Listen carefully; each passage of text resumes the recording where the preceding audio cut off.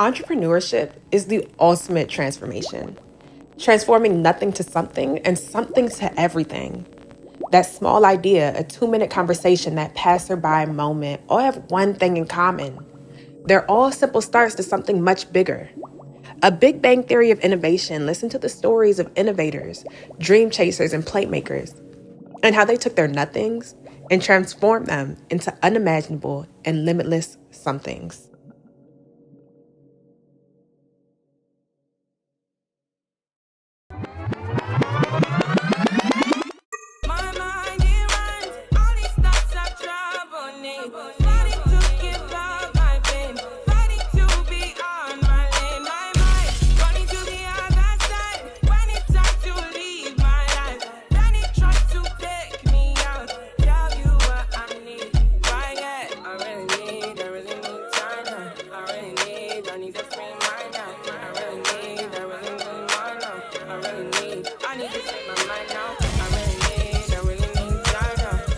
My name is Akeem. I grew up in Baltimore, Maryland, in Owens Mills. Growing up in Maryland, specifically in the Baltimore area, definitely had an influence on what I do.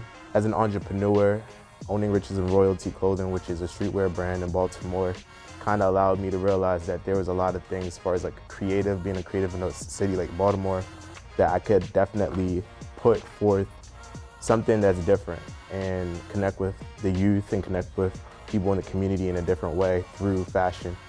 So R&R was started in 2010 when I graduated middle school and started high school. During this time period, I was trying to figure out what was gonna be the next steps. As a middle schooler, just going to high school, I was just trying to get some money. This is where Facebook was just starting to come about. And I noticed that there were brands in the city, they didn't really have graphic designs. It was just words on a shirt.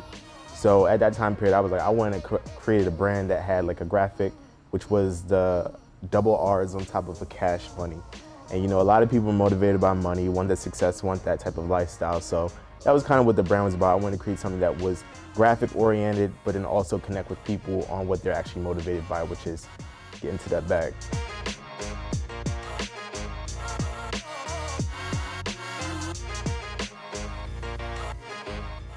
I've always been someone that was a go-getter, going out here trying to figure out different ways to make money. So when it came to the clothing thing, I realized that I always got complimented on my outfits, and people always asked me for opinions on how to style and dress and what to wear. So I just felt like it was a no-brainer to start a clothing brand. And then once I had that problem that I noticed that people weren't really doing graphics, I was like, all right, this is definitely something that I could do, and just create a name that was catchy to get people behind. But ultimately, when I started my brand, it was just an idea that I had in my head, and I just tried to figure out a way to bring it to life. So when I got to high school, the first thing that I actually started out with was a metal pin button. So I had the idea, but I didn't know necessarily how to go and get clothes. I didn't know that process of making clothes, where to get it, none of that. But I was like, I just need to tell people that I'm starting a brand. Just put it out there in the air. And then that was the first button I sold for $5 in high school. And that's how I was able to kind of bring the brand about. And then once I did that, I realized people were willing to buy a $5 metal pin button from me. Then you know what, I could take this to the next step and actually get the clothes out there. Once I got that support and that traction, when I finally released my first t-shirt, then I really knew this was something that I could do and really like get people behind and build a community behind it. Anybody can start a brand, especially in 2022. Anybody can come up with an idea and say they want to start a brand and smack something on a t-shirt and say, oh, I got a clothing line, right? But it's like, how do you differentiate yourself? How do you stand out? How do you build social proof? How are you able to actually market and understand what the market needs? I started this brand in 2010, so it didn't happen overnight. It took time to get to the stage where I'm able to immediately have social proof, be able to market really well and show high resolution pictures of my brand. It's like you have to really check the boxes off in so many different areas and categories, because a lot of people will see what you're doing, they'll say, oh, I'll support you, I'll buy a shirt, but they don't end up buying because they're really waiting to see everybody else wearing your clothes. And then once they see everybody else wearing the clothes, that's when they're gonna buy your clothes, and that's when they're gonna support you, truly support you. But until you get to that point where you can show enough people wearing your clothes, which I think is the hardest part about it, that's where you're just gonna have to keep pushing and chugging along until you finally just find people who will tap in with you for genuine reasons and just show authentic love.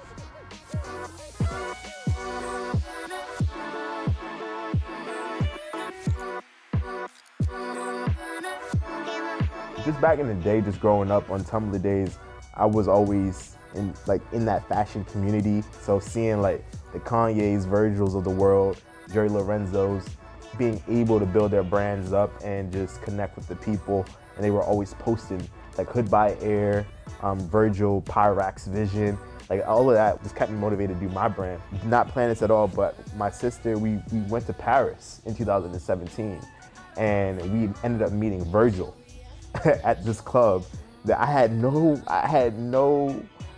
know how we got into the club, bro. Like when I tell you, it was a long line outside and literally we just walked up to the bouncers and tried to act like we were celebrities or something. And then we just walked in, they were like, your name on the list? And we were like, yeah.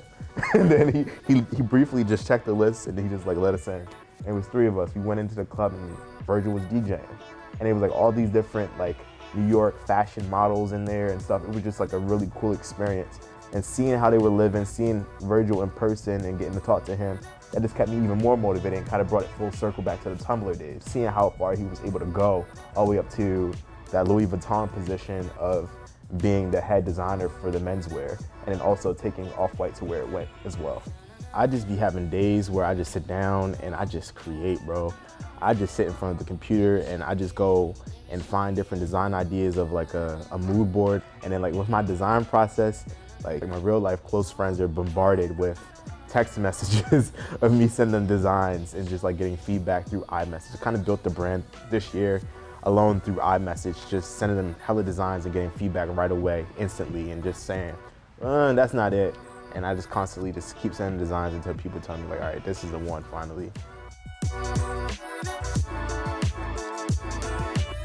So during that year of the pandemic, it's actually very interesting. I started a new brand. So Riches and Royalty was the first brand that I started, but then the next brand that I started was Akeem. And Akeem kind of came after I went to college. I kind of got into a more mature headspace. It was like, all right, I need to create more apparel that fits the direction where I'm going, which is like polo shirts, more embroidery type of garments that match that maturity level. During that year, I was like, I'm coming out with Akeem, I'm about to market this, I'm about to do that, and I'm having this launch party, but then the pandemic hits. So I couldn't do any pop-up shops, I couldn't do any launch parties. So all of that kind of just went to the wayside. But then I kind of pivoted. Instead of dropping my first collection, which were shirts and apparel stuff, I created masks. But in that moment, I learned what it meant to actually pivot from your idea and still kind of market, still kind of connect with people so they can at least tap in. But now, as you can see, we're not doing Akeem anymore. It's back to Riches and Royalty.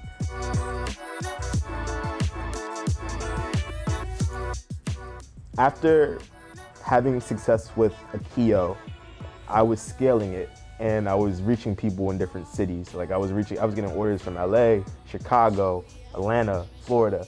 And that really gave me insight, like, dang, I can actually create stuff that people like outside of the state and who don't even know me. So that kind of inspired me. Knowing what I know about how to scale and market a digital market using ads and social media, etc., I was like, this game plan, my marketing plan for 2022 with growing Riches and Royalty, I'm gonna take what I learned from Akeem with scaling and implement it. But I also want to be very grassroots, like oriented. So I wanted to make sure that I was going out into the community, meeting the people where they are. So not just selling online and posting pictures on Instagram, which is a priority, but another priority was to definitely do pop-up shops, go to wine festivals, go to local events, so I can network and meet people and definitely exchange information. I think it's very, very important to go out into the community and network and meet people where they are, the customer demographic that you're trying to reach, and show your product, hold it up and say, hey, buy this for X, Y, and Z. Check my brand out, like actually talk to the people. If you're afraid to speak to people and you want to be an entrepreneur and you're afraid to get out into the community to do the legwork, do the grassroots movement, then it's gonna be a hard road for you. Especially in the physical product-based business, you have to open your mouth, you have to go out there and you have to network. Wherever your demographic, your target audience is, you gotta go and research and find that. So Eventbrite is a great place to go and look up events that's happening locally and then get in contact with the coordinator of the event to see if you can possibly vend or host a product launch or anything at their space. So in my spare time, I like to go to the gym, work out a little bit. I feel like that's always good to refresh, get the mind right. And I also like cooking sometimes. It's other creative things I like to do, like photography, videography. I have fun doing those things too. Planning is very important. You gotta sit and strategize about what the steps are. I spend most of my time just thinking and strategizing as like what's gonna be the next game plan. Implementation, like putting in the work and just doing what the plan is, going full force and making sure that I execute. And then 3, being consistent. Just being super consistent and trying to show up every day and do a little something for the brand.